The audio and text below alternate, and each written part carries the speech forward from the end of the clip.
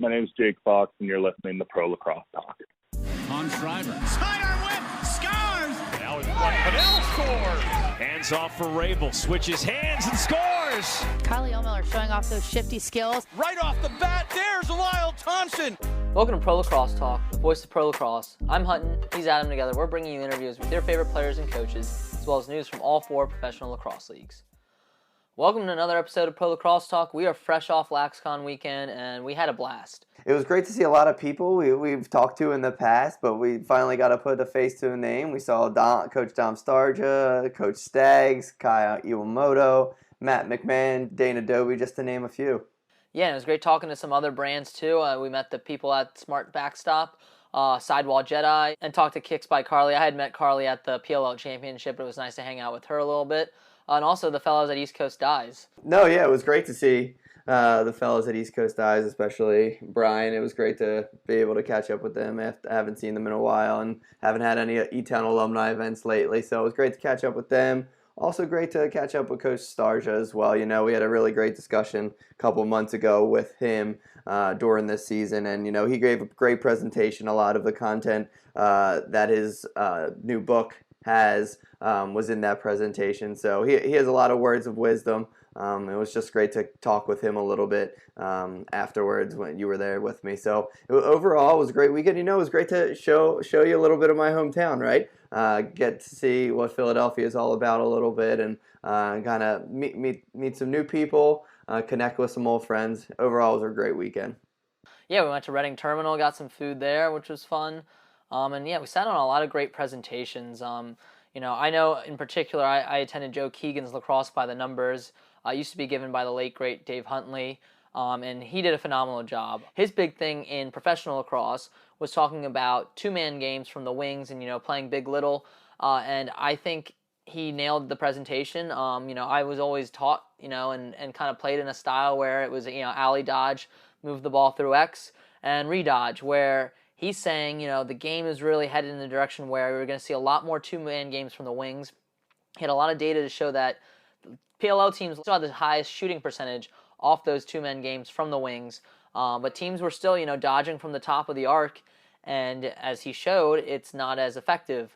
He used the example of, you know, the post-up in basketball has been, you know, traditionally taught as, you know, a good, you know, style offense, and, you know, now we're seeing in pro basketball a lot of, you know, outside jumpers and, you know, taking it into the basket, and that's kind of what he compared it to lacrosse. He compared dodging from top as the post-up of lacrosse, and that these teams need to utilize the two-man opportunities from the wings a little bit more. So he showed a bunch of clips. He had at least 30. Really great presentation, and it, you know, kind of gave some recognition to some guys who really don't cross your mind when you're thinking about important guys on the field. You know, Ryan Ambler was one of them, and I know you mentioned him, and he, you know, ended up getting protected on this PLL players list, which we'll get into. And, you know, and another guy was Joel Tinney. Those two were the only guys that had more assist opportunities than shots. So I think you're going to see those type of players treated as more valuable going forward. Some other guys, you know, that were up there with Tinney were Ben Mcintosh and Jordan Mcintosh as the only 3 players who had all of their shots come from their sticks to the middle of the field. Again, you know, we talk about how we really want to increase our angle on the shot, but also increase our percentage, and the best way to do that is get your stick to the middle, and that's the best way to do that, as Joe Keegan talked about, was doing these two-man games from the wings. So, really great presentation. I really enjoyed it. Enjoyed catching up with Joe a little bit after. You know, I think what he's doing with analyzing the data of, you know, professional lacrosse is pretty big. You know, he's been doing it for 5 years now, and, you know, I think analytics is the way sports is going, so it's nice to have somebody be so devoted to analytics within lacrosse. But yeah, that was one of my favorite presentations. I know we both really enjoyed sitting in on Coach Staggs and JC Glick's presentation on leadership. You know, they mentioned the 4 characteristics of a leader, you know, curiosity, humility, empathy, and loyalty. That presentation, I thought I got more out of that from a life perspective than I did from a lacrosse perspective. So I really enjoyed that one as well. But yeah, those were our highlights really from LaxCon. We enjoyed meeting a lot of people. There are still some people we didn't get to meet that we hope to meet in the future. But overall, I think it was a good first LaxCon for us as Pro Lacrosse Talk. Yeah, and we'll definitely see, hopefully, everyone in my new neck of the woods next year when it's back in Baltimore. So we're looking forward to it. You know, it'll be awesome. Hopefully, the Ravens actually win a playoff game that weekend, because that kind of put a little bit of a damper on that night. But we're not going to talk about that anymore. We're out of football season. We're totally in lacrosse season now. So we're excited to talk about a lot of things. We have a full slate to talk about today. There's an NLL team that has remained undefeated this weekend. Some big names that were left off their PLL team's protected player list, and some major changes coming for the MLL this season. Before we get into all that, though, let's dive into our fast break. Yeah, we had 5 games on the slate for Week 7. We kicked off the weekend on Friday night with the Wings' emphatic victory over Vancouver, beating the Warriors 18-10 in their home opener. The Thunderbirds remained one of the only 2 undefeated teams in the NLL, beating the Mammoth 12-9. The Rock barely slipped past the Nighthawks for a 13-12 victory, as Rochester remains winless on the season. The Bandits held Georgia to their lowest goal total of the season, as Buffalo went into Infinite Energy Arena and defeated the Swarm 16-10. And in the Sunday cap, the Rush traveled to San Diego and defeated the Seals, winning by a score of 12-9. So that's our fast break. Now let's hit our quick stick and recap some of the news from around the leagues. Yeah, so to start off with our quick stick, we'll start in the NLL. We talked to Logan Schuss. He's currently listed as week-to-week with a lower body injury. Obviously, we saw him. It looked like it may have been, hopefully not a knee injury, but something lower body in that Philadelphia game. And so he missed a lot of time. I think he only recorded 5 minutes on the floor in that game. So hopefully he gets healthy going forward, because the Warriors will desperately need him if they're to string some more wins together in this season and turn it around. Another player that's going to be out for even longer is Jessie King. He's expected to be out for 12 weeks with an injury he sustained in the game against Philly a few weeks ago. So it looks like his season is all but over at this point. Hopefully, he can maybe come back if the Roughnecks are to make the playoffs, kind of like he did last year, but it's not looking good for him. And the Roughnecks are very thin. You have Reese Dutch and Ryan Martell injured, and Dobie suspended right now. So they're going with a really skeleton crew right now. They'll have to really come together and play as a unit if there's to put some wins together and really give themselves a chance to make the playoffs. Yep. And in the biggest NLL news of the week, they have announced a partnership with BetMGM. So they are officially introducing sports gambling into lacrosse. Obviously, it's going to depend on your state whether you can gamble on these games, but it is a huge, huge move for the NLL to announce this, do this partnership. We talked to Nick Siskevich, earlier last year about his plans for sports gambling. He was obviously had to keep a little bit under wraps, but we knew it was coming at some point. Now's the perfect time with them having a Las Vegas game coming up. So we're really excited, about the opportunity to, sports gamble. And me being in New Jersey, I have that opportunity to do that. So I'm definitely gonna, take a look, see what's out there. And I think the biggest bonuses to this partnership is not just the gambling. As we talked to Nick, he said, bringing more visibility to the league is actually what gambling does. It doesn't really bring that much revenue to the leagues themselves, but the viewership itself is tremendous. You have new fans of the game that are going to want to bet on the game, and then hopefully that will attract them to the sport of lacrosse. So I think that's a huge plus. Another thing that Evan Schemenauer kind of mentioned is that we're going to get injury updates a lot more routine and a lot more standardized, because if people are betting money on games, they need to know players' injury status, and that's going to be a huge plus, as well as the statistics that have been great so far for the NLL are going to be really iron tight if they want to really introduce gambling the right way. That's stuff that has to be standardized, and obviously they've laid the groundwork for that. So we're both really excited about this partnership. Moving on to the PLL, they announced their protected players rosters on Monday, which we will discuss a little bit later in the show. There's some big surprises on some of these unprotected lists. And then one that was exempt that we weren't really sure why initially was Matt Landis. And the reason for that is he is considered military. He plans on reporting to Navy SEALs training camp at the end of this month. So obviously his status for league play kind of depends on this. Hopefully, he's able to play this summer, but that is why he was exempt from the protected player roster. He will stay with the Redwoods if he is able to play this year, and hopefully he does, but we admire his decision to join the military. Obviously me being a reservist myself, anybody who decides to join the military, I have the utmost respect, especially active duty. So kudos to him. Another player that actually was left unprotected was Jackson Place. He is currently recovering, and his timetable is unknown, but he is expected to make a full recovery. And then finally in the PLL, they announced that they're going to Atlanta for week 2 of the season. But this time they will be playing at Fifth Third Bank Stadium, which is the former home of the Atlanta Blaze. So speaking of the Blaze, we have some major news coming out of the MLL. The MLL is restructuring to a single entity model, and as a result, both the Atlanta Blaze owner Andre Drudger and Bayhawks owner Brendan Kelly have relinquished ownership of their franchises to the MLL. Blaze and Bayhawks coach Liam Banks and Dave Cottle have both stepped down, with Banks' decision likely due to the news that the Blaze are relocating, with reports being they'll move to Philadelphia. The Bayhawks have already announced that assistant coach Tom Mariano, the former 2017 coach of the Florida Launch, will take over as Bayhawks coach. But this is huge news for the future of the MLL. Adam, what do you make of all this? It was a lot to take in, and one thing that stuck out to me was the potential that it didn't say one franchise, it said franchises could potentially move. So whether that's a decision that's already made by the league or a decision that's still up in the air, it was something that it seemed sudden, and we were kind of in the dark for a little while there with kind of what the next steps for the MLL were going forward. So it's great to get a little bit of clarity, maybe not as much clarity as we would like, but hopefully that news will come to fruition very soon. The single entity model, we've seen it pretty recently, right, with the PLL. So it seems as though the MLL seeing what the PLL did and kind of responding in that frame. Yeah, and I want to add, though, this single entity model isn't new. The PLL has done a great job, maintaining control with it, but it's been done by the MLS.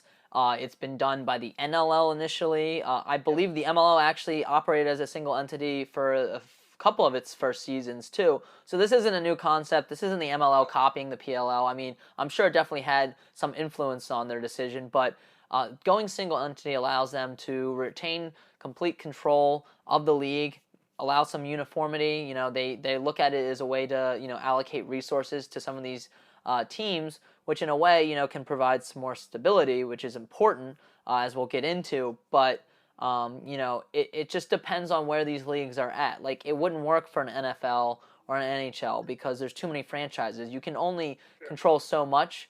So for a smaller league, though, the PLL and the MLL, I think it's a good decision.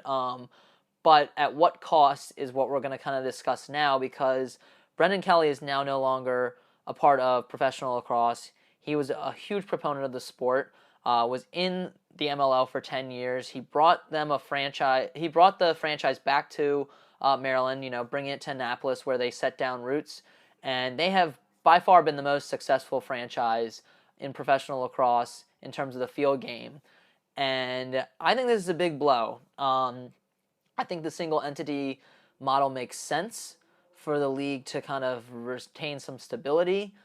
But again, at what cost? You have the biggest proponent of your league, one of the guys who has poured the most money in, poured the most resources in. I mean, he almost had a whole stadium devoted to the Bayhawks created. I would have also supported a lot of community initiatives as well. It wouldn't just have operated as a Bayhawks stadium. It would have done a lot of tournaments for local lacrosse.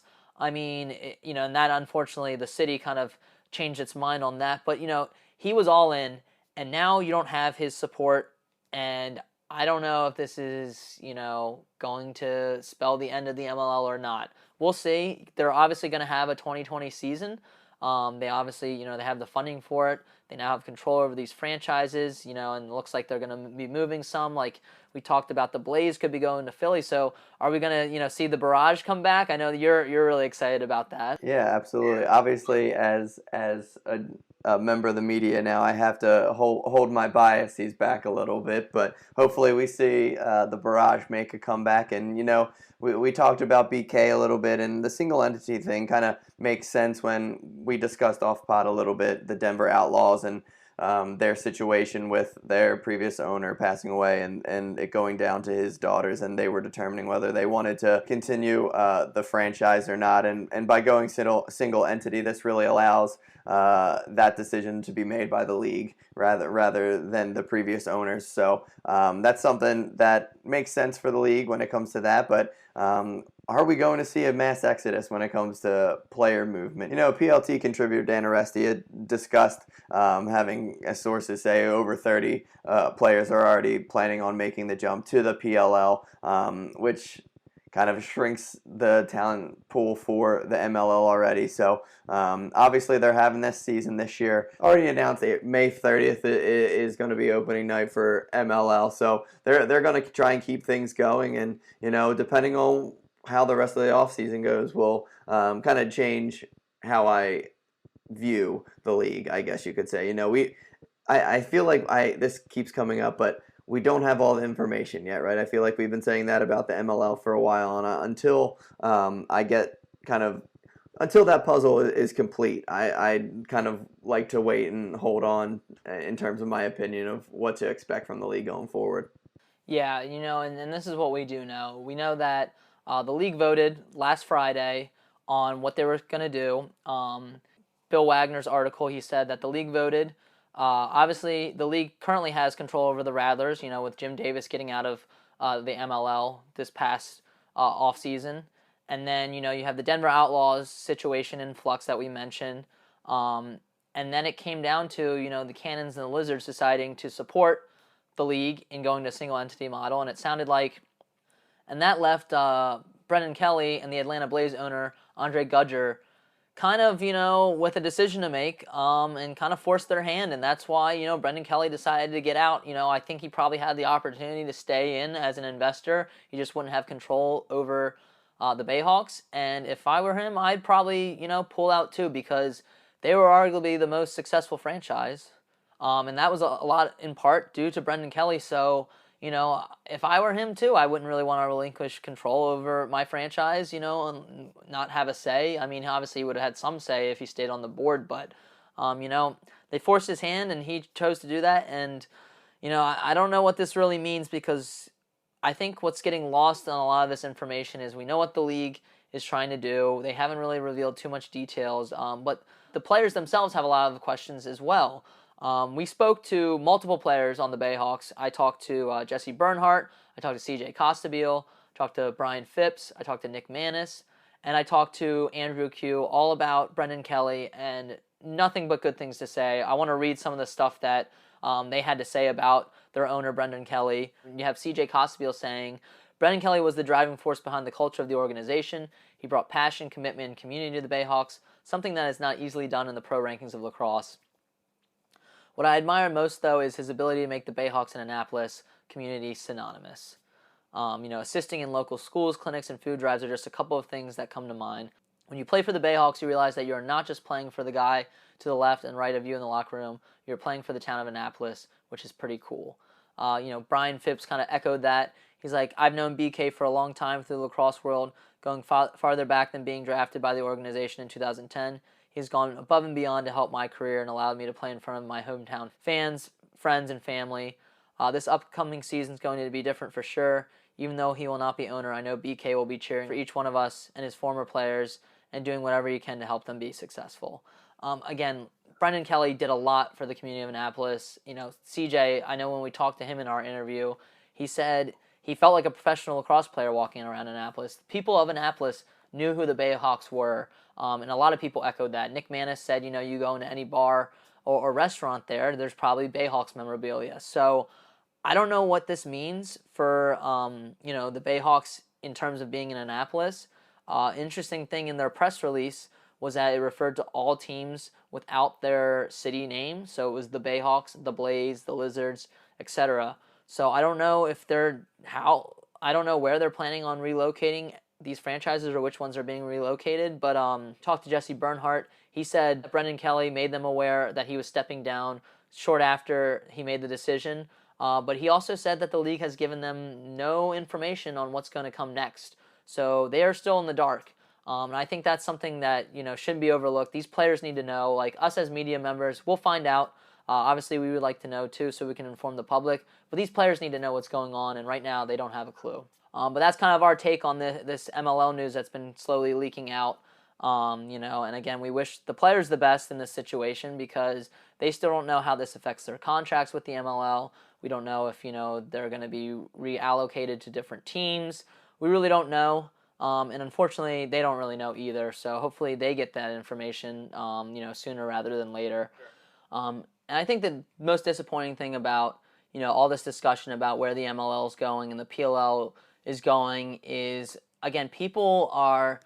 Not everyone, but some people are taking sides and actively want one or the other leagues to fail, and that shouldn't be the case. Like, you may have a preference over another. I know I've talked about this ad nauseum, but this is about the players. Like, the more teams we have, the more players that can play, and there's a lot of talent out there. If one league folds, these guys aren't going to get a chance to play. A lot of them are just going to go back to their day jobs and not get a chance to play until, we get to enough teams where everyone can kind of get back on a roster or whatever. But we're not there yet, and I hope, what happens to either of these leagues doesn't have major ramifications, going forward for these players, because that's ultimately what it's about, Me and you don't watch because we prefer one league over the other. We do have our preferences. Like, we're not going to pretend that we don't, but we watch all lacrosse because no matter if it's box lacrosse or women's lacrosse, because we enjoy watching our favorite players play, and that's who's going to suffer the most from any of these league moves. So again, view it from that lens. Like, don't view it from the league I like is better than yours. View it from like, all right, well, is this good for the players? Is this good for pro lacrosse in terms of the players? Because the players are the reason why we watch the sport. If they're not getting treated fairly and they're not getting the opportunity to play, then all of this is for naught, in my opinion. But that's what we know right now. We love to hear your guys' thoughts on the situation. So feel free to tweet at us, and let us know what you think. But with that, let's move on to the PLL and talk about this protected players list, which, is also going to be pretty important for the future of this league, because there are a lot of players now available for the Waterdogs to select. And there's some big shockers and there were some big shocks that came from this announcement on Monday. What were some of the players that you thought what were some of the players that you were shocked to see go unprotected from their teams? Yeah, two players specifically stick out in my mind. Obviously, there is a boatload of talent that now is unprotected, and I think it's going to be a hot take for a lot of people, whether they see the roster or not, as the Waterdogs to be the favorite going into next season based off this unprotected list. But one big name is Romar Dennis. The Chrome did not hold on to him, and that was probably the biggest shocker for me, just based on the talent that the Chrome kept. I think they had an awesome opportunity to keep guys like Romar Dennis and Max Tuttle, and they went in a different direction. So Romar was a big one. Kay Van Rapshorst with the Atlas was another big one for me. Their first round pick last year for the Atlas, and they didn't end up not keeping any of their drafted players last year. So I mean, that doesn't mean they'll lose them all, but that was just something that I found super interesting. And another one that I didn't end up keeping when I was deciding who to keep on rosters was Brody Merrill. And I left him off the roster just because of his age, and I talked last week about longevity and kind of playing the long game. Didn't seem like most teams were playing that long game, and obviously veteran talent is super important in the league, and the camaraderie and connectedness of players like Joe Walters and Kyle Harrison, who were protected, and Paul Rabel was protected as well. So once I was reading those rosters and saw that Brody wasn't protected, it was fairly surprising to me. So I'm curious if he's going to be some of that veteran leadership when the Waterdogs end up selecting. Yeah, and some shocks for me were Ryan Drenner, Connor Kelly, and Ben Reeves all going unprotected. I figured at least one of these guys would go unprotected, maybe two, but not all three. And I easily think that all three could be picked up by the Waterdogs. And maybe Coach Stagnita, he opted to, keep that defensive core together. Maybe he expects a guy like, Dylan Maltz, who didn't see some time last year, come in and, play well, because he played really well at Maryland. I might be a little bit of a homer because I actually played against him in youth lacrosse down in Northern Virginia. But I think he's a guy that could, see an increased role if these guys don't come back. But I'd be shocked if Drenner, Kelly, and Ben Reeves aren't Waterdogs this summer. And some other guys, too, that really shook up the market are Miles Thompson and Kieran McCardle, another group of attackmen. So, there's a lot of attackmen available for the Waterdogs to select. And, I don't know, who knows what they're thinking with the guys that are coming over from the MLO, per se, that could weigh in on their decision. So, some of these guys might go back to their teams, but very risky for them to go unprotected. I could see any 4 or 5 of those guys going. Yeah, and another guy that didn't see the field last year for a few reasons is Curtis Dixon, and he announced he fully plans on playing next year. So he's one of the best in the world and would be a fantastic option for the Waterdogs going forward if they do decide to select him. Yeah, no, and I think, Andy Towers not protecting him was probably the right decision just because he didn't play at all last year. But, with him saying, that he fully plans to play, you're right, he's another guy that could get picked up. So a lot of offensive talent left unprotected, and it kind of shows that, these teams are really investing in strong defenses and keeping that core together. And then another guy who we were kind of surprised stayed, but also not super surprised was Stephen Kelly. Surprised more because we really expect the Archers to take T.D. Ireland with the first pick. But them keeping Kelly kind of gives them more leverage now. I know, Adam, you've been saying for a while they should, use that to maybe trade that pick and get somebody that they need, get another need. Or, they could easily use it on a Michael Sowers, a Princeton guy, or Grant Ament to kind of, round out this attack group with Will Manny and Marcus Holman. Since, guys like Christian Cuccinello are now available. So it's going to be interesting. Yeah, I think for a while people have been sleeping on Michael Sowers, and he's quietly in second place all time for points per game, behind only Lyle Thompson. So that could obviously change come this spring. So it's quiet right now, but we're at the calm before the storm. College season's about to pick up, and that means draft talk is about to pick up as well. Yeah, no, for sure. And, you got Pat Spencer. Once he's done grad school, is he going to come and join that attack group? There's so many questions right now, so much talent in this league.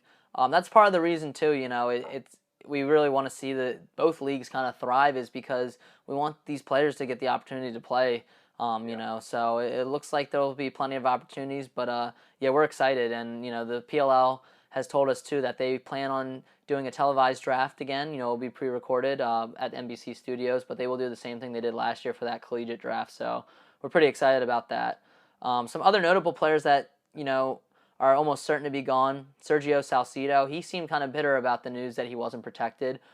He's kind of been doubted his whole career, both at Syracuse and, now in the pros. So he's excited. I think he fully expects to be a Waterdog, and I'd be shocked if he's not picked up. So he seems determined to kind of get some revenge this year. Adam Gittleman's another guy I think, is going to have an opportunity to, earn a starting role for good with the Waterdogs, hopefully. I know we expect him and maybe Jack Kelly to be drafted by the Waterdogs. And then Drew Snyder's another guy who, kind of took to Instagram, expressed his frustrations a little bit about being doubted. He's obviously had a tremendous career and come up clutch in a lot of big moments, both with the Outlaws and the Whip Snakes. So he's a guy I think is going to, be a staple for the Waterdogs. And then finally, Pat Harbison, short stick defensive midi. That's a premium position in this league. Again, I'd be super surprised if he's not picked up. So those are, some guys that went unprotected. You should expect to see them as Waterdogs. Be sure to check out Dan Arestia's first mock draft for the PLL expansion draft on our website. We ourselves will break down who we think gets drafted in a few weeks leading up to the draft. But those are some quick takes that we have for right now. But that wraps up our PLL protected players lists discussion. We're going to take a quick break, hear a word from our sponsor, and then we'll dive into these NLL games from this past week.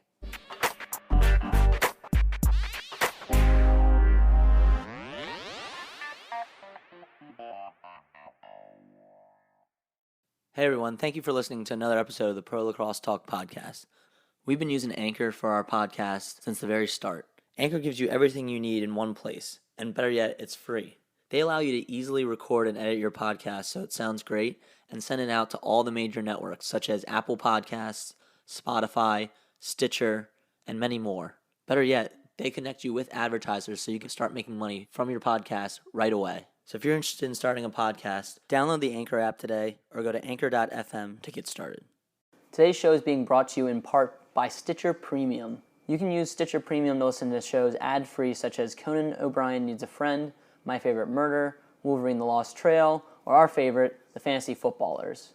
For only $4.99 a month or $34.99 a year, you get access to Stitcher Originals, bonus episodes, and comedy albums. Better yet, if you go over to Stitcher.com/premium and use the promo code lacrosse today, you can get 1 month free. So head on over to Stitcher, sign up, and get your free trial today. All right, so welcome back. Now it's time to dive into some NLL games. We were at one of these games this weekend, the Warriors at the Wings in Philadelphia. We both had a great time. It was a big victory for the Wings. Big nights from Josh Courier, Blaze Reardon, who each had 8 points, and then Brett Hickey and Kevin Crowley also added hat tricks on the day, with Crowley recording his 300th career goal off an incredible one-handed grab and Canadian finish on the doorstep. He talked about the goal in his press conference after the game, so let's toss to that sound and hear what he had to say. Yeah, it's obviously great. I didn't know I was that close. I guess I knew, but I wasn't thinking about it at the time, so kind of added to it. But, Josh threw me that awful pass behind me, and I was lucky to get a hold of it. I just set him up for a highlight reel for this. And, the crowd was great tonight. Those home openers are always special, and to win in that fashion was great for us. Yeah, so Crowley poking a little bit of fun at Josh Courier's pass. It made for a great highlight goal, though, and, Crowley had a really big day in that Wings win. Yeah, absolutely. And, another guy who had a big day was Trevor Baptiste, who had 2 goals, including one where he started from a caused turnover and saw him take it the entire length of the floor and bulldodge his way for a goal, which was awesome to see. Probably would have been my play of the game if it hadn't been for Crowley's goal. But after the game, Coach Paul Day talked a little bit about how much Trevor's game has improved since last year. His biggest thing is fitness. Is guys coming out of college or first year, they're expecting. You're used to working out 6-7 days a week with the team. Well, now you're on your own. So our big key at the end of the season last year in exit minis was about his fitness, and his fitness is unbelievable. Like, he runs away from people and fast people, and his defense, he got that penalty late in the game because he's defensively 50% better than he was last year, and that's key for us. I mean, we love TB, and I honestly think he can be a goal a game. He can have 18 to 20 goals every year in this league, and the sky's the limit for him. And it just goes with the culture and the type of teammate that he is. That's why he's here. And my first phone call with him in August of 2018, I remember in my backyard, he just wanted to play box, and he wanted to play in Philly, so he's just a fantastic guy. Yeah, Coach Day, obviously had a lot of great things to say about Baptiste's fitness, and, it's really showing on the floor this year. He's really, upped his game to another level, and the Wings are playing their best lacrosse right now. Even when the game was close, they never seemed like they were uncomfortable. They seemed to play with, a fluidity in the game, and on defense, they really did a good job of eliminating the threats of, Keegan Ball and Mitch Jones. Even though Mitch Jones, had 6 points on the day, he still wasn't really the same Mitch Jones that we had been seeing. He didn't, he had to really work for those points. I think overall the Wings did a phenomenal job of containing him. And, we talked to Josh Courier and Zach Higgins about their thoughts on the win and, what it was like to get it in their home opener, and this is what they had to say. I think tonight it was just a complete offensive win for us. Our RO was clicking, and I think every single player had multi-goal games. With that happening, RO was very dangerous, and when we got Higgy back there shutting the door, it's going to be a win for us for sure. It was pretty exciting. I mean, coming to this place last year, you knew how exciting it was going to be for the home opener tonight, and coming out with a big win is always good, so it felt good tonight. Yeah, it was a big home opener for the Wings, and then they're kind of already getting ready for next week. They take on the Black Wolves this weekend in New England. And I asked Kevin Crowley if he's looking to enact any revenge on his former team at all, and this is what he had to say about that. I think first off, it's recovery and make sure, our bodies are right for next weekend. It's obviously tough, doubleheader like that, and we know New England's a good team. That's who we square off with first. But, hopefully take the confidence from this win and roll into next weekend with it. Yeah, I remember last year playing there, they did like this big scene of like pulling a Crowley jersey off and having a Crawford jersey underneath. So, I know they weren't happy with the way things went. I don't blame them, but, it always adds to, for me going into the game, just a little extra hate in that game. So obviously a little bit of, disdain still with his former team. We love to see that, though, in professional lacrosse. I mean, that's kind of what it's all about. There's nothing better than a nice, good revenge story, and I think it's really good to kind of build up to these games, to have a little bit of a storyline like that. So we're looking forward to this game. It's going to be a big one. Both these teams are fighting for control over the East, so it's gonna be a dogfight when it comes to the Black Wolves and the Wings this weekend. But let's talk about another game that was a dogfight, and that was the Mammoth versus the Thunderbirds. Joey Capito picked up where he left off in this game, and he scored 16 seconds into the game. And the Mammoth, got off to a hot start. They scored 2 more within the first 3 minutes with some goals that trickled past Warren Hill, and they went on a 4-0 run to start the game until Graham Hossack intercepted a pass and buried a coast-to-coast goal to put Halifax on the board. But the Mammoth again seemed control of this game the first half. They were up 5-3 in the first quarter, and then they led 7-3 with 3 minutes left in the second quarter, thanks to a first half hat trick from Ryan Lee. But the Thunderbirds just never got complacent in this game, and this has kind of been the story of their season. They know what they want to do on the floor, and they don't let a few goal runs by other teams stop them from executing their game plan. They have some of these slow starts, but they never panic. They're well coached, and they have veteran leadership that I think translates out there on the floor. So then in the final 3 minutes of the half, they were able to get 3 goals and pull within one, 7-6, and then by early in the third quarter it was tied at 7-7. So again, the Thunderbirds just don't quit. They don't, again, like I said, get complacent, and they just outbattled the Mammoth in that fourth quarter, both on the loose ball battle and also on defense. Banesh and Bushi gave them the 11-8 lead, and the Mammoth would get a goal late, but the empty netter by Hossack iced that game, so they would win 12-10 and remain undefeated on the season. The big performers were Graham Hossack, Ryan Banesh, and then Cody Jamieson continues to really lead this team, both as a captain, but also as one of their top scorers. And Warren Hill has been lights out in cage. He erased a shaky first quarter and stood tall to hold the Mammoth off late. So the Thunderbirds, continue to roll. What do you see from this Thunderbirds team? Do you think they can continue this success? Yeah, I don't see why they can't. They're playing as a team, and they clearly have the opportunity to continue on with this success. And the goalie play is something that's so big. Warren Hill has been playing lights out. Early in the season, everyone was talking about the goalie play from the league as a whole, and we've seen young goalies, whether it's Higgins with the Wings or a Warren Hill, come up really big for their squads. And if they're getting the goalie play, they have the veteran leadership and talent in front of them. So I don't see why they can't continue with the success. Yeah, no, I agree completely. And another matchup we had that also had 2 teams really, looking to get some momentum were the Bandits versus the Swarm. What did you see from this game that you really took away? Keeping on the theme of goalies, after being pulled in their previous game against Halifax, goalie Matt Vince bounced back in a big way for the Bandits. He held the Swarm to only 10 goals on the night. Former goalie of the year, right? Had 47 saves in the contest. And that was Georgia's lowest goal total of the entire season. So clearly Matt Vince was not going to have 2 bad games in a row, and he picked a good one against a really competitive and potent offense in the Swarm to play well, But the Bandits offense also jumped on the Swarm defense, leading 6-2 after the first quarter, and 11-3 at half, before the whistle blew at the end of the first half. So it wasn't just the play of that Bandits defense, it was also the offensive side of the ball too. They were clicking on all cylinders, and at the end of the day, Chris Cloutier and Dane Smith both had big nights, recording 6 points each. That Buffalo defense stifled that usually high-octane offense of the Swarm. They held Lyle Thompson scoreless, and I can't remember the last time he didn't score in a game. So big game for pretty much all facets of the Buffalo squad. Yeah, no, I think having Steve Priolo, as we talked about last week, him coming back, was big for this defense. So they really played this Swarm settled offense well in this game. And like you said, holding them to 10 goals was big. So I think the Bandits are kind of getting back on track. They're 2-1 right now. This was a big win for them, even though it's still early in the season. But they showed signs that they could be the Bandits team from last year that we saw still, and they could still perform to the caliber that we know they can play at.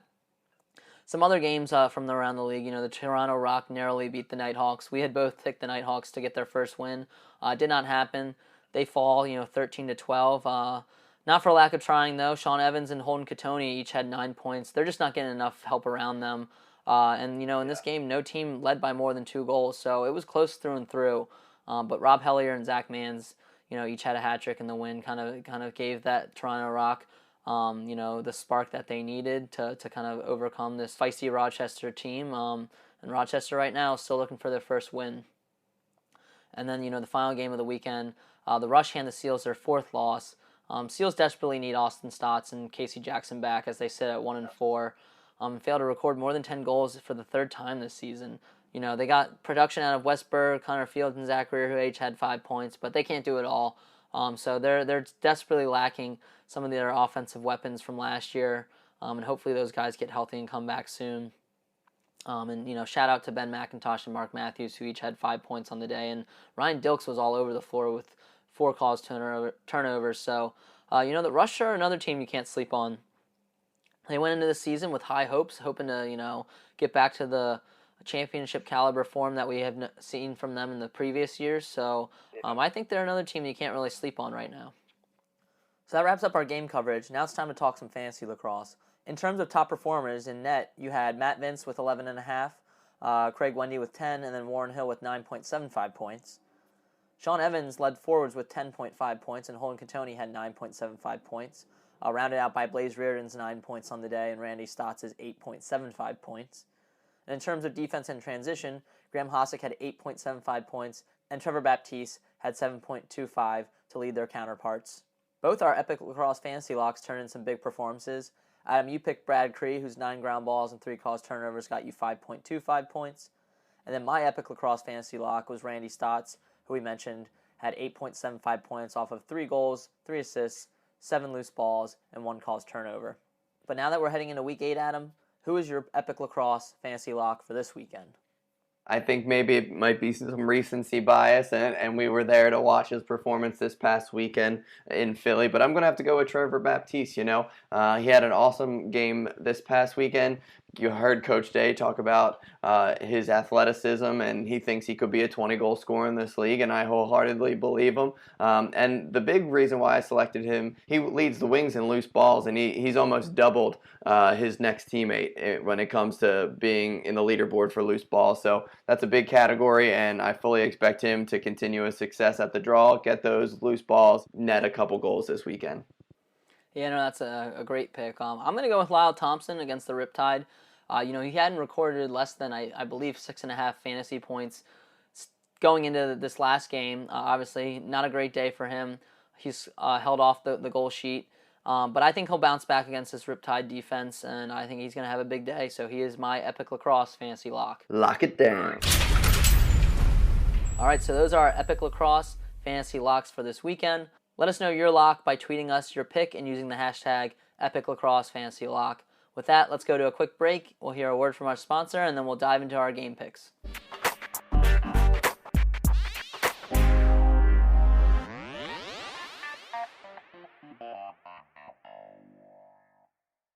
Today's show is being brought to you in part by Stitcher Premium. You can use Stitcher Premium to listen to shows ad-free such as Conan O'Brien Needs a Friend, My Favorite Murder, Wolverine the Lost Trail, or our favorite, The Fantasy Footballers.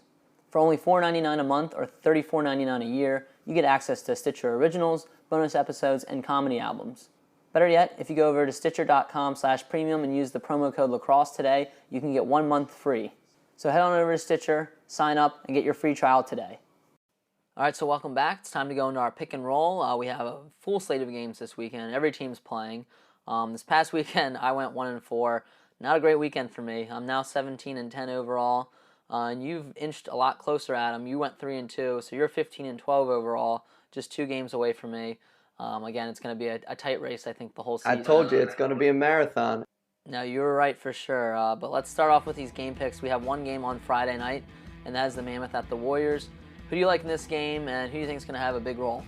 With this Logan Schuss injury, if it does knock him out of this week's game, I think the Mammoth are going to try and want to get back into the winners column after their loss last week to Halifax. So I got to take the Mammoth in this one, and I think Dylan Ward comes up big in cage. Yeah, I'm going to take the Mammoth as well. I think we'll see Joey Capito have another big day. He got off to a hot start this last game and then was a little bit quiet in the second half, but I expect him, to do his part and have a solid game for this Mammoth squad. Then following that, we have the Seals at the Thunderbirds. Seals, sitting at 1-4. Thunderbirds are undefeated right now. Who you like in this one? Yeah, I don't think you really can pick against the Thunderbirds until they show you something different. They've been, as we talked about in our game log, the most complete team thus far this season in a lot of different areas, and I'm going to take them in this one to beat the Seals, especially at home. Yeah, I'm going Thunderbirds as well. I like to see Clark Peterson have a big day, and again, until the Seals get those offensive weapons back in Stotts and Casey Jackson, I think it's going to be a tough go for them. And following that, you have the Roughnecks at the Nighthawks. Who you like in this one, Adam? Until I see a W from the Nighthawks, I don't think I can go that way. Despite it being a really close one against that squad, I think Curtis Dixon comes up big for the Roughnecks, and they get back in the victory column. All right, I'm going to go Nighthawks. I think the Roughnecks are thin right now. I think they're really playing with a skeleton crew right now, and the Nighthawks they're right on the verge of that first win. So I expect Sean Evans to kind of get the boys up to speed, and I think they're going to get their first win against the Roughnecks this weekend. And then going off of that, we have the Wings at the Black Wolves. This is one of our most anticipated matchups. Who do you like in this one? This is going to be one of the most exciting games of the weekend, I think. Some bad blood between the two squads, two teams that are fighting for first place in the East Division. It was one of my only losses this past weekend. I'm going to go with the Wings in this one, and I think I'm going to stick with my fantasy lock, Trevor Baptiste. All right, I like it. I really wanted to pick the Wings because they're hot right now. But again, the Black Wolves have shown no signs of slowing down. They're going to be well rested. Again, I think they're going to, play this Wings team hard. It's going to be a close game for sure. I'll give them a slight home field advantage though, and I think Callum Crawford's going to have another big day. So I'm going to pick the Black Wolves in this one. And then following that, we have the Rock at the Bandits.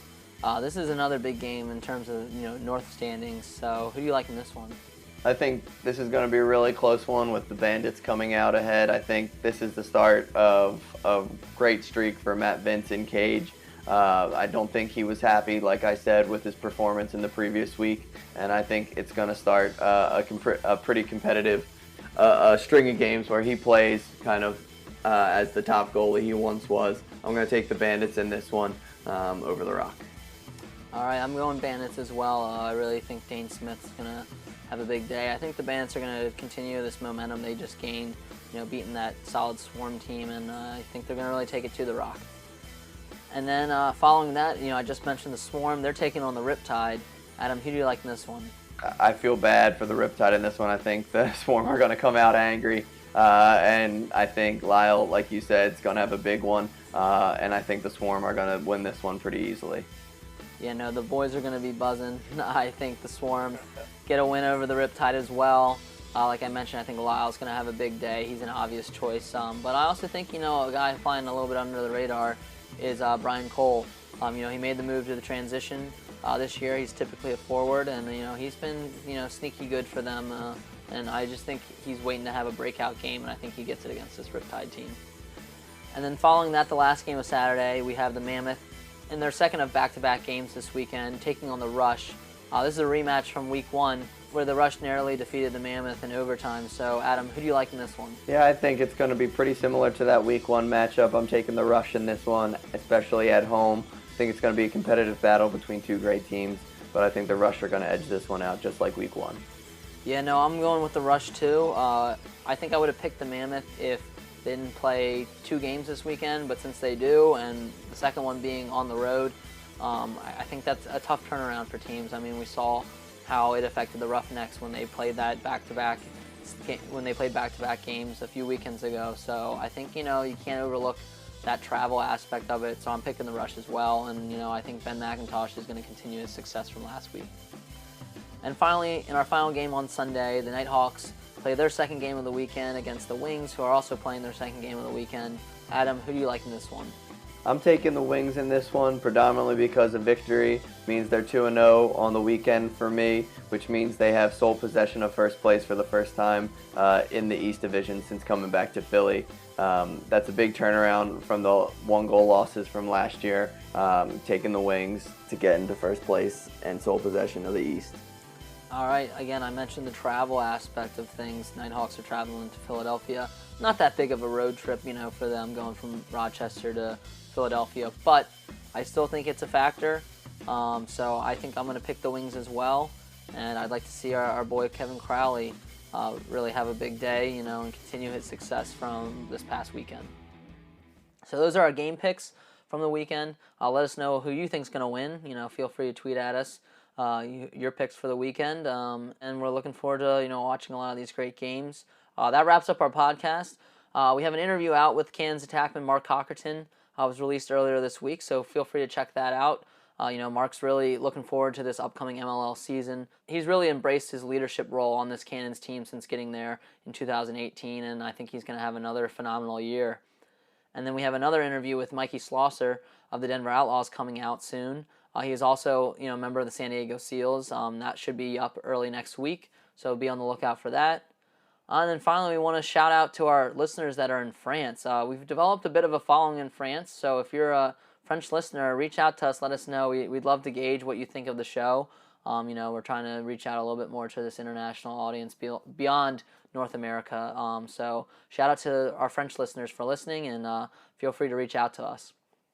And finally, before we wrap up, let's go to overtime. Adam, what are you looking forward to most this weekend?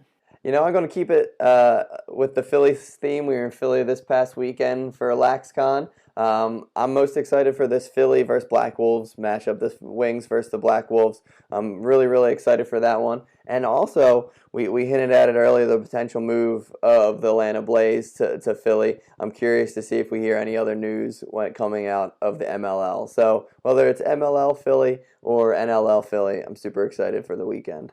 Yeah, I'm also excited, to see what the MLL has planned for this season. We'll be in contact with the league about certain details that they're hoping to release soon. So expect some more details on the MLL's future.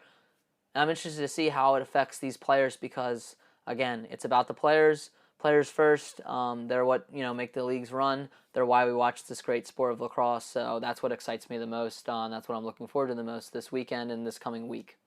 But that wraps up episode 56. Thank you guys all for listening. Please subscribe and consider leaving us a review, and we hope you guys tune in next time to Pro Lacrosse Talk.